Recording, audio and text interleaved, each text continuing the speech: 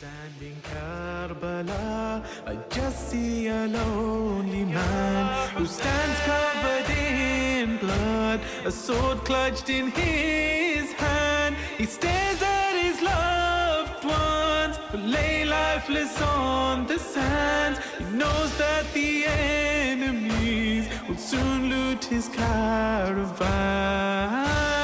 The angels are weeping whilst watching him in pain. The heavens are ringing with cries of Hussain, Hussain. So I'm gonna cry a river of blood tonight.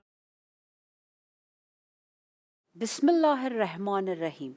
Assalamu alaikum and welcome to Muharram special. We have entered the spiritual month of Muharram, and we all know what tragedy has happened during this month. What problems and what difficulties Imam Hussain alayhi salam and his entire family has faced, and the courage they have shown. The courage that have showed by the ladies, Bibi Zainab Salamullah Alaiha, and rest of the ladies and the kids. Today, we will be discussing about the special month of Muharram and what exactly has happened. Here in the studio, we have Alima Maryam Muhaddal. Assalamu alaikum, sister. How are you? Walaikum assalam. Alhamdulillah, I'm good. How are you? I'm good. Thank you very much. Could you please introduce yourself? Yeah, sure. Bismillah ar-Rahman ar-Rahim. Assalamu alaikum, everyone. My name is Maryam Muhaddal, and I'm an American Iranian. I was raised in America. I'm from LA, and I did my bachelor's degree in business, and I majored in accounting.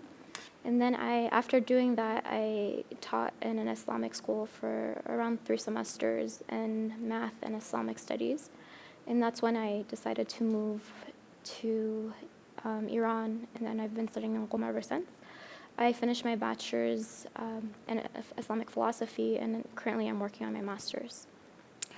Thank you so much, sister, and thank you so much for being part of the studio. Well, thank you for having me. So we are going to start the questioning about the month of Muharram, and the most, curious question that comes is during the time of Corona. Yeah. We know that we won't be able to attend the marasim, the majalis that we used to attend all the years, and even the ziyarat. We can't even go out for ziyarat because the harams are closed then.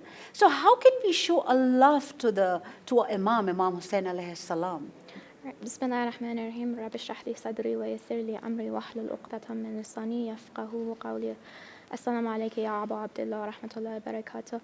So, this is a good question that you asked. And I'm going to start with a verse of the Quran. وَمَنْ يُعَظِّمْ شَعَائِرَ اللَّهِ فَإِنَّهُ مِنَ التَّقْوَى الْقُلُوبِ. This is from Surah Hajj, verse 32. And Allah is saying, and whoever respects the signs of Allah, this is surely the outcome of the piety of the hearts. And Allah in this Quran, in this verse, He's saying that whoever takes the sign of Allah and makes it great, he respects that, or he or she respects that, it comes from the taqwa. It comes from the taqwa of the heart, the piety of the heart. And so this aspect, this raising of Imam Hussain, this remembrance of Imam Hussain during Muharram, during Ashura, is part of this taqwa. That's where it's come from, and that's why it's so important for us to have that, because Imam Hussain is one of the sha'a'ir Allah, is one of the signs of God, signs of Allah. And so, obviously, with everything, with the pandemic, it's going to be a different Muharram than before.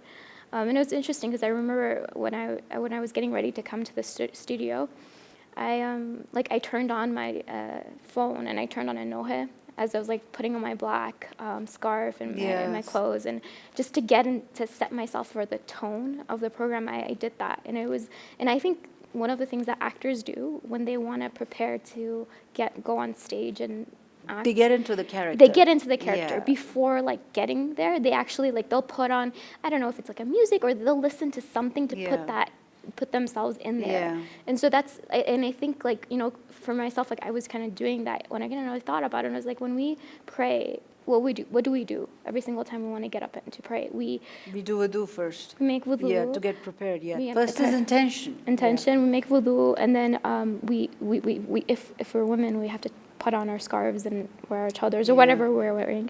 And then we say our adhan and iqamah. So there's a preparation there, right? And it's like mustahab to recite Surah Anzalna, like Surah Qad while we're doing wudu. So it's these things that kind of set us in the mood before we jump into prayer. And I think that also will help us, for us to get into the mood of Muharram, like that would really help if we kind of have that. And so I was thinking of like, what can we do, especially if we're going to be stuck at home? I know some places they actually do have programs, but for those places that don't, I think it would be a good idea to maybe like put black around in the house, decorate the house. Like you have this flag in the back, and that's a good idea to, like, if you have flags or if you have black, maybe decorate the place, because that is like one of the sha'ar Allah. Like when you're putting the name of Abu Abdullah up there, it's a sign of him, and so it's a way to remember him. So that's especially for the kids. If you have kids in the house, and you cannot take them out for mudless, it's a corona preventions and precautions. But even without kids, like I think it's important for everyone to do this. Like it's a way to remember. Like when you have a birthday party, you put decorations, right? And it's like, because you're setting the tone, because each place has a vibe, right? Like if you go to Masjid Jamkaran, for example, like it has a specific vibe there. Like you have this good feeling, especially if you go to these masjids that like are really built beautifully and they have Islamic architecture. It really puts you in the tone. Like it really gives you a vibe. You have there's a good like effect that you feel. Even like I know non-Muslims who have visited places like the harams of the imams, they have a good feeling when they enter, and so it really does have effect. So haram is also changed, because it has the black flags, and it's totally different, So definitely it's a sign that the month of Muharram has arrived. Exactly, right. We have the flags that we put up there. The flags are important too. Like, so if we look at the story of Abu Abdullah, like Abul Fazl Abbas, he was the flag bearer. Like flags are a symbol. So these symbols are important to us, and they show that they're significant. They're showing us like what's important to us, right? And so that's why people who the flag bearers were also always the most important people in the group, right? So for Abu Fazl Abbas, like it was an honor for him to have that flag. So for us to have the flag as well in our houses, it's an honor. Like it's a good thing. We should try to do it, even if it wasn't if we didn't have this pandemic, I would still recommend for people to do this within their houses when the month of Muharram arrives. Yeah, definitely do it. It's good. It's good to set the tone. It's good to have signs of Allah like within our presence. I know for people who visited Karbala before, I know because they were doing a lot of construction. They would sell parts from like the stones from the constructions that had taken away. They were selling, like you could buy them. I know some people have them, like they have like a little, I don't know, like pieces of like just a stone or something, and like they put them in the house like in a special place. So I would say like take that out, put it in a special place. If you have like the torba of Karbala, the dirt of Karbala, like put that like somewhere in a special place. Like make the home in a way that it reminds you of the month of Muharram, and so that the vibe of the place gives that to you, so that hopefully it'll help. That's in terms of the setting. Also, I think it's important to have like a schedule where, okay, during the specific time of the day, this is when we're going to spend time for remembering Abu Abdullah, listening to a speech, listening to the story, reading the story, maybe even reciting poetry, reciting the Nohe, watching within the house. I mean, if it's outside, I mean, if you're fortunate enough that there's programs outside, then that's great. In some places I know that they have programs, in some places they don't. So you would have to. It's totally different. Right? Right now it's totally different, but some places they still do. I know, so I was looking online. I know during Ramadan, like some masjids had drive-throughs, and so people would drive through and like get food for iftars. I think they probably might be doing the same thing. But it's still better than nothing, obviously. So depending on your masjid, I've actually saw like I think it was like in Michigan, they're doing like a program in a tent, and they're like getting people to sit apart from each other, and people have to wear masks and all of that. So they're doing that. So in some places it might be possible, and in some places it might be. But whatever we have our situation, we have to figure like what's best for us and our family. Sayyid Sistani has said, other Marajis have said that. Have a majalis in your own house. Exactly. Like small kind of poetry, whatever you can do for 10 minutes, the quick ones, you can have it in your own house. And if you want to have a gathering, call very few people, maintain the social distancing Yeah. from each other, sit down and do it. The people who are not like the last time when we used to call like 100 people, 50 Obviously, yeah. people, not like that. So we have to take preventions and precautions. But definitely still we can maintain and do a lot of stuffs. Yeah, definitely. Like doing your own majlis in the house, like it's something. It's actually recommended to do it on a weekly basis, even Yeah. outside of the month of Thursday Muharram. nights. To have like a little majlis, Yeah. recite like Ziyarat al-Shura, remember Abu Abdullah, say the story, have a noha, do something small. And the tears of Abu Abdullah, they're very, very precious. And it will have a huge effect on the soul. So it's really important. And also definitely to incorporate our children in it. It was funny, I remember, so I used to teach like Sunday school a lot. And so I remember working with my students, like they would be like first graders or second graders or like 6, 7-year-olds. And they knew the story completely by heart. Like they knew all the details and they would tell it with so much passion and compassion. And it was amazing that how much they grasped onto the story and they connected well with it. So it's important, like we can really have our kids connect with the story because it's such a relatable story. Because you have all types of ages in the story. You have Imam Baqir alayhi salam was like a 3-year-old. We have Sakina, we have we have Zainab, we have Abbas, we have Ali Akbar. Like everyone, awesome. There's so many. Like this story is related to everyone and anyone. There's no one can say no, I can't relate. And you have old people as well. So everyone can connect to a figure in the story, and it's definitely relatable. So it's very important to have that to tell these stories. The storytelling itself is important, and I think we need to do that more. Like when you think about it, during the 10 days, like we do a little bit of like we do the roza, like we talk a little bit every night. But then on the day of Ashura, that's when like from the past, it's always been on the day of Ashura, you recite from the maqta, like you recite from the story, you go through the whole story. It's an important part of it. And this is a day where people don't give much of a speech. It's more just saying the story. Yes. And that story in itself has an effect on the heart and purifying ourselves. So it's really important to really concentrate on that. Also in terms of like the amal we can do, it's actually mustahab to fast on the first days. On Ashura and Tasu'a, obviously not, but other days we can. And it's mustahab. And also we have to remember that Muharram is the beginning of the new year in the Islamic calendar. So remember, like we're starting off a new year. And so it's also important to recognize, okay, you're starting a new year. So think about what you've done in the past year. Have you reached your goals? Have you reached the goals that you wanted to?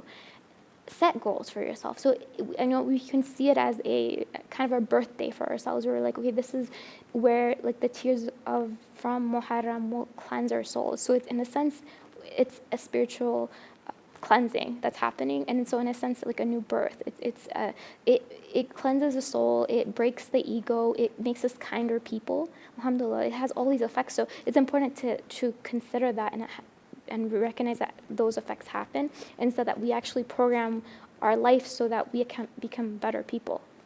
Yeah. So that's important to keep that in mind. So basically, it's first day of Muharram, it's recommended to fast. So fast on that day. Yeah. Have an environment which is actually, looks like the Muharram has started. Have a black flag or, something related to every single day do majlis in your house of Imam Hussain. Yeah. And so that your kids, like doing poetry and talking to your kids, especially when we talk about with the family. People usually have families. So if you talk to your own kids about Imam Ali Asghar alayhi salam, Bibi Sakina, and all the small ages and what exactly they did, that could be a kind of an environment that you're actually creating during this time. Because not everywhere there's going to be majlis outside. Obviously. It's going to be, we have to take preventions and precautions. Yes, definitely, this is actually a very good idea that we can keep. So do I go to the next question? Okay. So basically, in the next question, how can we spread the message of Imam Hussain alayhi salam to people as due to Corona?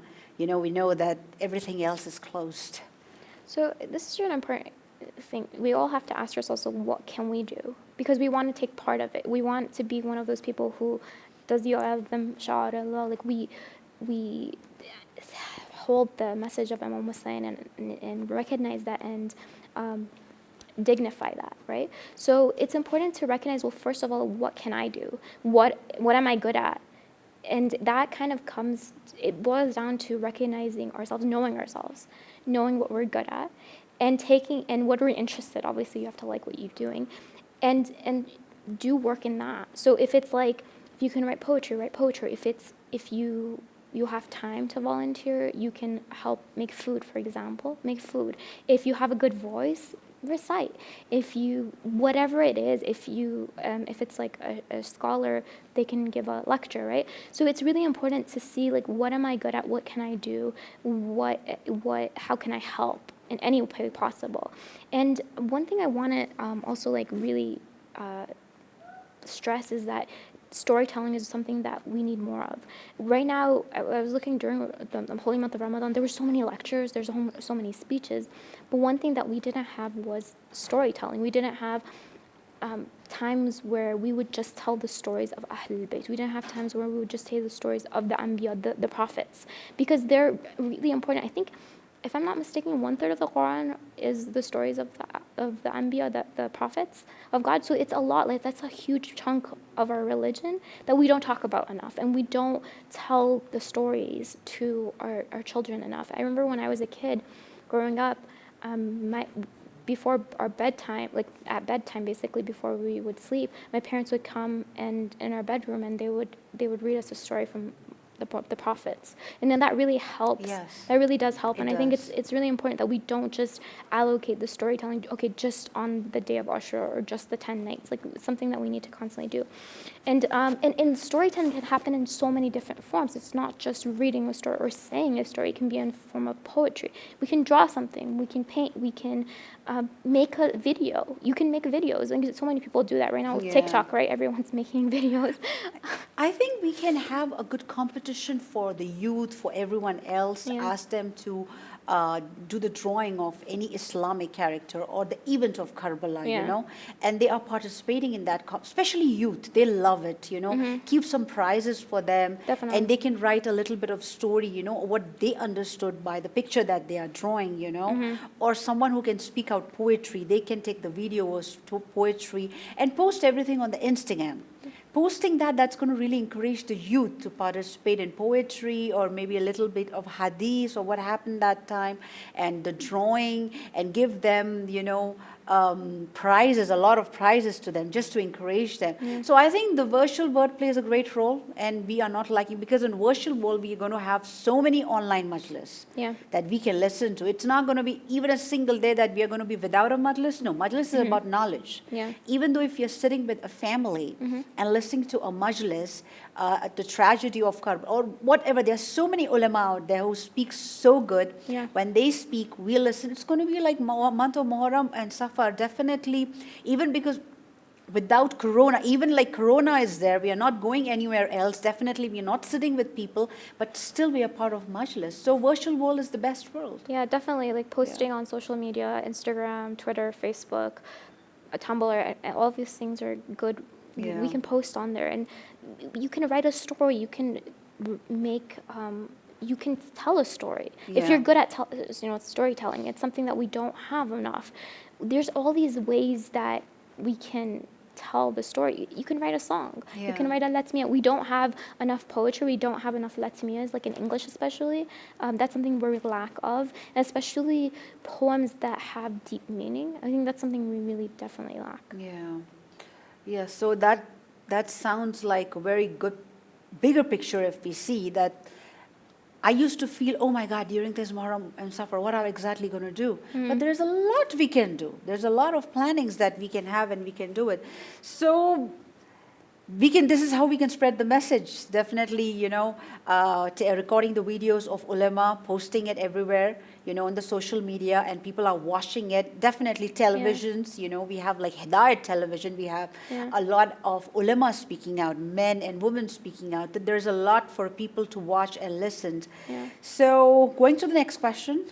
So what's the importance of poetry in the story of Karbala? So, and we have to recognize that poetry is a way of storytelling, and it's it's a sharing a message in a much more eloquent way than just talking. You see that when Imam Ali is talking, like we call his book of words, right? Nahj al-Balagha, like his words, his khutbahs, his lectures were so eloquent. And so for us, when we want to say something in a very eloquent way, it's to say it in the form of poetry. And so we see that Imam Ali actually has a book of poems. Like he actually has a full book of poetry. And we see also Fatima al-Zahra has poems. We see that the Ahl Bayt had actually said poetry. It's something very common back in the day. Also, we see the Quran is also very eloquent to a point where that's one of the reasons why people were so attracted to the message, was because of how eloquent it was. It was like almost like poetry. Still they are. Yeah, it still is. It is. Still. But the thing I feel, because a lot of us are not Arabs, like we don't speak Arabic, a lot of us can't really tell as much. But if you listen to people who recite beautifully, you can definitely tell there's a rhythm there. It's kind of, in some sense, similar to poetry. Now it's interesting because if you look at during the battles, one of the ways that they would get people fired up was that they would recite poetry during the battle. Before they would start fighting, they would be reciting. Imam Ali would do that during the Battle of Siffin, and he would get their people like riled up to like, okay, we got to go fight the enemy.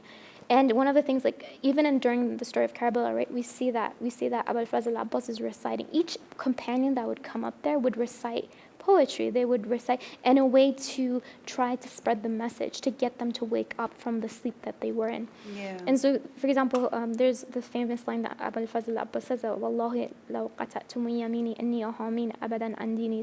He says that by Allah, if they cut off my hands, I will still support my religion. Now, obviously, this is, the way I translate wasn't in the form of poetry, but it's a poem when he was reciting it.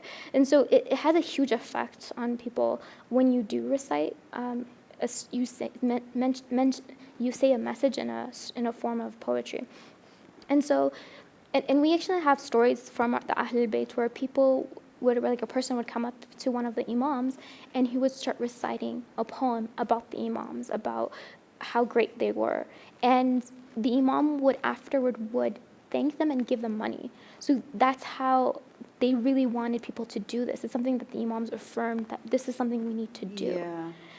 And so, and actually I was reading yesterday like some of a book from Shahid Mutari, and he was saying like how important this was. This is something that we had. And right now it seems like, especially within the English culture, we don't have enough, because this is more of something new, obviously. Like we've always been, before it used to be, we were mourning in like other languages, and so that's why we don't have as much English poetry in there. So it's definitely something that we need to work on, something I need. Yeah. And so it's something that we need people doing more of. And it's not just for Muharram, but obviously during the whole year we need that. It's not something we can just say, okay, during Muharram, that's it. No, like this is something we need, because we have so many lectures right now. Lectures, if you Google, like you can find thousands of lectures. Out there, yeah. But this is something we don't have. Yeah. This is something, and it's a need. That's why I really stress upon it, that we need people to get into this. And it's interesting because so my brother, so as you know, he passed away 7 years ago, and the thing he would do, he would write spoken words. He would perform spoken words. Spoken words, yes. So that was what he was really good at. And I remember, so he had several. And it was interesting because, like I remember once, so the last year that he was alive, so we lived in LA at the time, and he had been invited up to Northern California to perform a spoken word. And when he flew back, it was during Ramadan, he flew back on the day of Eid. And so he got there at the masjid during Salat al-Jamaat between Dhuhr and Asr. And the imam, the person who was leading the prayer, saw him. And so he said, oh, like you could just go up there in Northern California to recite poetry, please like recite here. So he started reciting. It was interesting. I was sitting in the back, and I saw there was like these two little kids. They were like around 4 years old, two little boys. They were playing. And as soon as he started saying it, both of them stopped playing, and they just turned and they just started watching him and listening, and you could tell that they were like actively listening and hearing interested. Yes. Yeah, they were really interested. And so it's interesting because with poetry, if you do it well, you get everyone's attention. With a speech, that's not always the case. A lot of times you won't.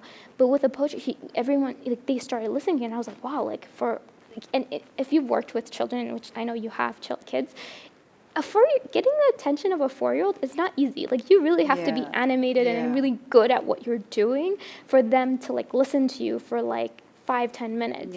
And so he was able to do that, and it really showed me like, wow, like the power that saying something in a form of spoken word or poetry is very strong. And it's interesting because like when he passed away, we got so much of a response from the Shia world. We had emails coming from like Europe and Canada and Australia and from Iran, different places, people we didn't know. And it was because the spoken word kind of went viral, and it had a huge effect. He did spoken words about issues of Palestine, of Imam Mahdi, about Muslims and Islam. Is he somewhere on social media? So if you just Google Ali Mu'addal, like you'll find his spoken words. And like the video of the so the funeral, one of the brothers in our community, he recorded it, and he made a video of it, and it's actually, that went viral. And I think through that, everyone watched it and found out about what happened. So there was a huge effect. And I remember, so when he passed away, it was interesting because he passed away, it was like a Sunday. We found out Sunday night. We told people the next day. Our house was packed. There's no room. And so the funeral was the next day. My sister was in the Caribbean because she was studying medicine at the time. So she flew in that night. And then the next day we had, so within like, this happens in between like 48 hours from the time we found out till we actually buried him, maybe less than 48 hours. And it was interesting because 600 people showed up to the funeral. And for like our community, that was huge. It was very huge because whenever we wanted to have programs, in order just to get 100 people, we would have to like maybe advertise for like a month ahead of time. So for our community, all of a sudden, like 600 people to show up, like that was crazy. And like we had people coming from Northern California, driving like 7-8 hours just to get to the funeral. So he studied in San Diego, and we were in LA. He was at UC San Diego. And there was 2 buses that drove from San Diego, from his university. Oh, the university students were there. Yeah, okay. So his friends came.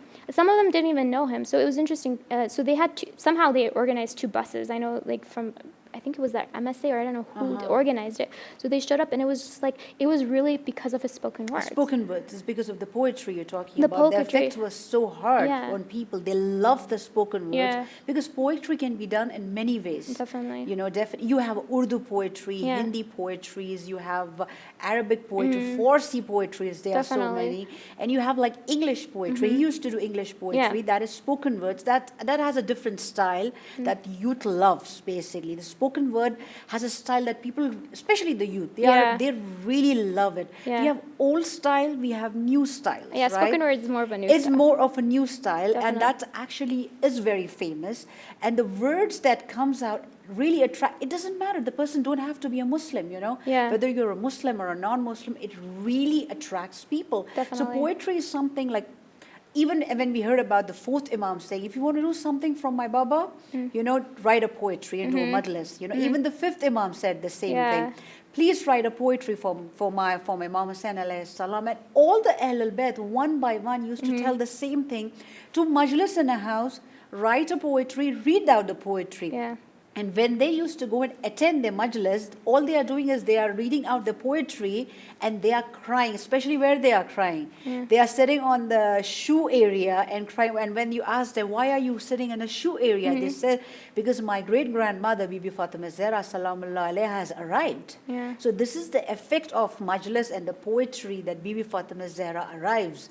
So this is very beautiful. During this month of Muharram, definitely we won't be able to go to Mary Marasims or majlis, but within the houses, within their own houses, we can do a lot of poetry, post it on Instagram for the world to know your beautiful words. You know, this is very important. No, personally for myself, so my brother, before he passed away, he wanted to work on a project where he wanted to take the 10 nights of Muharram and do 1 poem for each night. And he never got to do that project. So I decided this year that I would try to do as much as I could. So I also used to do spoken word, and so I decided that I would get back on it. Inshallah, this year I decided, okay, I'm going to try to do as many as I can, the 10 nights, and post it on my Instagram. So I'm trying to do it myself, and hopefully, I'm hoping that it would encourage other people to do it as well. I remember after he passed away, so there was a camp that we always had every year called Al-Hujjah. And I remember the year after he passed away, when we had that camp, it was like a few months after he passed away, they had a ceremony remembering him, and people did spoken words. I had a spoken word, and other people, and so many other people started doing, people who had never done it before. I had done it before he'd passed away. I remember the first time I performed, he was there. But if other people actually started, so it was a blessing. So when you do something, you also encourage other people to do it. And so that's why it's important not just to write and perform, but to also show it to other people, so other people are also encouraged to do this. Exactly. And make this a trend, and make it, this is a sunnah. This is something that they would do it during the times of Prophet and our Imam. So something that we should definitely try. Definitely to we should do as well, inshallah. Have you written any spoken words? Yes. You have, actually. So all you have to do is that represented. Yeah, I've written, and I've this past 2-3 weeks, that's the project I've been writing more.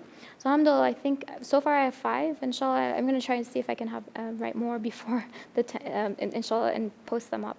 So do you have anything else to say on the poetry? So thank you very much, Sister Maryam MIDL, for being part of this show.